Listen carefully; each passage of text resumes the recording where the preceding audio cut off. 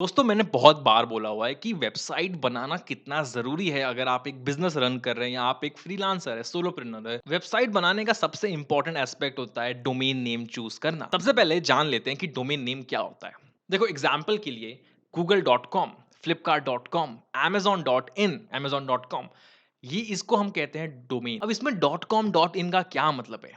.com, .in, .net, .org, .info, .tech हज़ारों extensions आ चुके हैं। हाँ, इनको हम कहते हैं एक्सटेंशंस .com, .in ये हो गए एक्सटेंशन एंड ये जब एक नाम के साथ मिलते हैं जैसे कि अमेज़न के साथ में .com मिल गया, amazon.com वो बन गया हमारा डोमेन।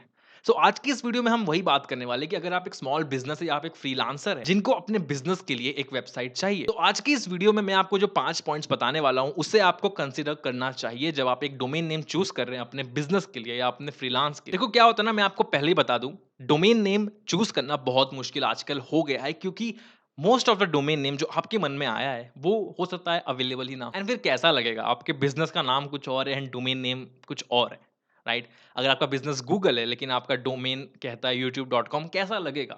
इसीलिए आपको हमेशा बिज़नेस का नाम और डोमेन नेम साथ में ही चूज़ करना चाहिए। इसलिए मैं हमेशा कहता हूँ बिज़नेस जैसे ही शुरू करा, वेबसाइट बना लो। पहला पॉइंट ये है कि मेक इट मेमोरेबल।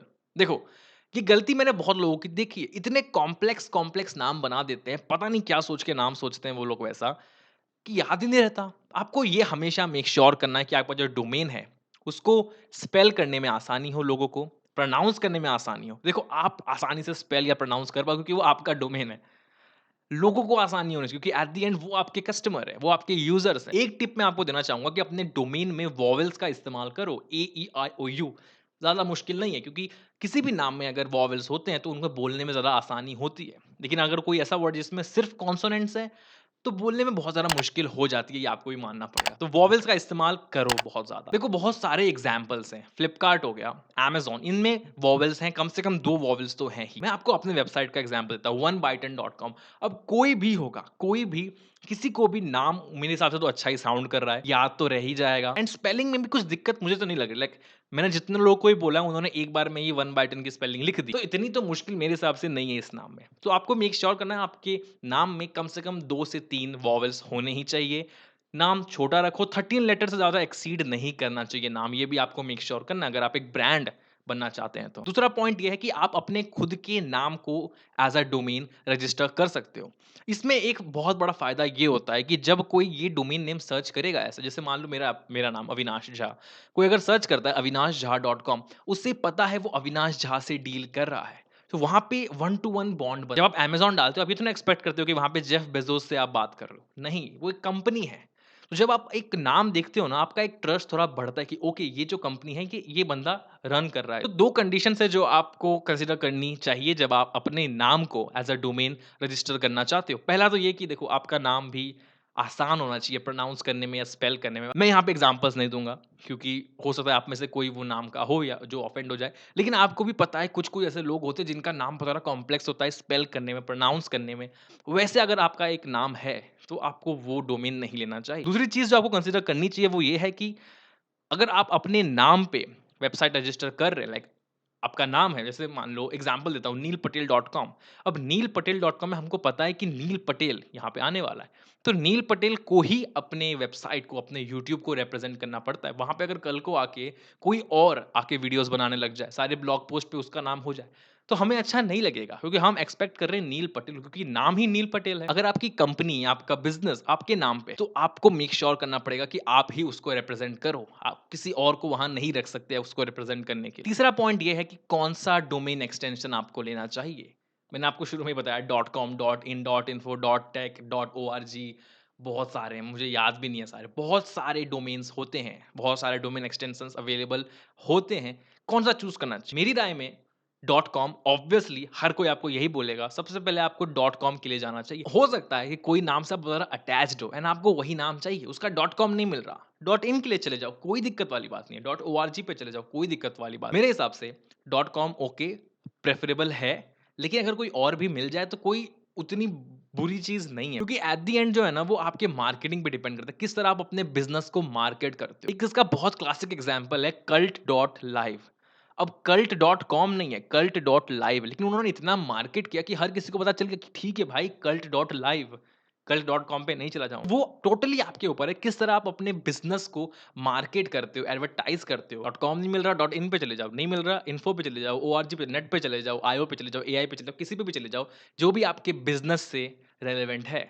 या डॉट बिज़नेस पे जा सकते हो, डॉट एजेंसी पे जा सकते हो, लेजिट डॉट एजेंसी भी होती है। अगर आप एजेंसी रन कर रहे हो, तो आप डॉट एजेंसी भी ले सकते हो। चौथा पॉइंट ये है कि आपको थोड़ा-सा भी क्रिएटिव तो होना पड़ेगा, ठीक है? मान लो अब ठीक है, कुछ लोग होंगे जो बहुत ढीठ हैं, जिनको डॉट कॉम ही चाहिए। अब मैं भी उनमें से एक हूँ। मुझे भी डॉट कॉम चाहिए तो डॉट कॉम ही चाहिए। मेरा भी ऐसे रहता है। तो अब नाम कहाँ से मिले, क्योंकि जितने भी सिंपल वर्ड्स हैं इस दुनिया में, सबका डॉट कॉम ले लिया गया है। वो नहीं मिलने वाला, कितना भी आप ट्राई कर लो। मैं खुद ट्राई करके थक गया। तो अब आपको थोड़ा-सा क्रिएटिव होना पड़ेगा। मैं आपको कुछ एग्ज़ाम्पल्स देता हूँ जिन्होंने क्रिएटिवली अपना डोमेन नेम चूज़ करा। पहला तरीका ये है कि आप 2 वर्ड्स को जोड़ सकते हो।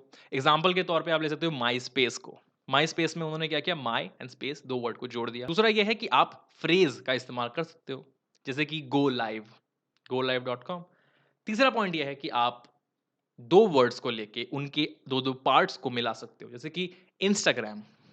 चौथा ये कि आप कोई एक एग्जिस्टिंग वर्ड को थोड़ा चेंज कर सकते हो, जैसे कि टम्बलर, ओके। एंड चौथा ये है कि आप कोई नया खुद से वर्ड बना लो, खुद से ही वर्ड बना लो ना। स्पॉटिफाई, कोई सेंस स्पॉटिफाई का नहीं है, पर उन्होंने खुद से वर्ड बना दिया। सैमसंग का भी कोई मतलब नहीं, नाइकी का भी कोई मतलब नहीं है, तो आप खुद से भी नाम बना सकते हो। देखो, ये 5 चीजें हैं, इनका आप इस्तेमाल कर सकते हो अपना डोमेन नेम चूज करने के लिए। पांचवा तरीका यह है कि आप एक डोमेन जनरेशन टूल का इस्तेमाल कर सकते हो, जो कि आपको खुद डोमेन जनरेट करके दे देगा, आपको खुद से आइडियाज दे देगा। देखो भाई, ये नाम रख लो, ये रख लो। डिस्क्रिप्शन में आपको मैं 3 लिंक्स दे दूंगा, 3 अलग-अलग वेबसाइट्स है, जिसकी हेल्प से आप अपना डोमेन नेम जनरेट कर सकते हो। आपको क्या करना है, आपको वहां पे जाके बस अपना इनिशियल 3 लेटर्स डालने हैं। जैसे कि अब 3 से ज़्यादा भी हो सकते हैं, कुछ दिक्कत नहीं है। जैसे मान लो मैं स्टॉक मार्केट के ऊपर में चाहता हूँ वेबसाइट बनाना, तो मैंने वहाँ पे लिख दिया स्टॉक, ओके?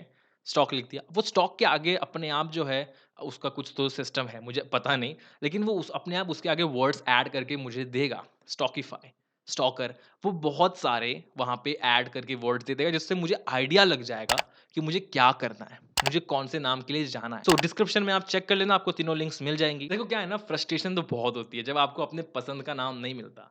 तो इसके लिए मैंने क्या सॉल्यूशन निकाला है कि मैं, मेरे मन में भी जब भी कोई नाम आता है ना, कुछ भी रैंडम नाम, मैं जाके उसको डोमेन को देखता हूँ, होता है अवेलेबल, मैं उसको डाल देता हूँ अपने कार्ट में।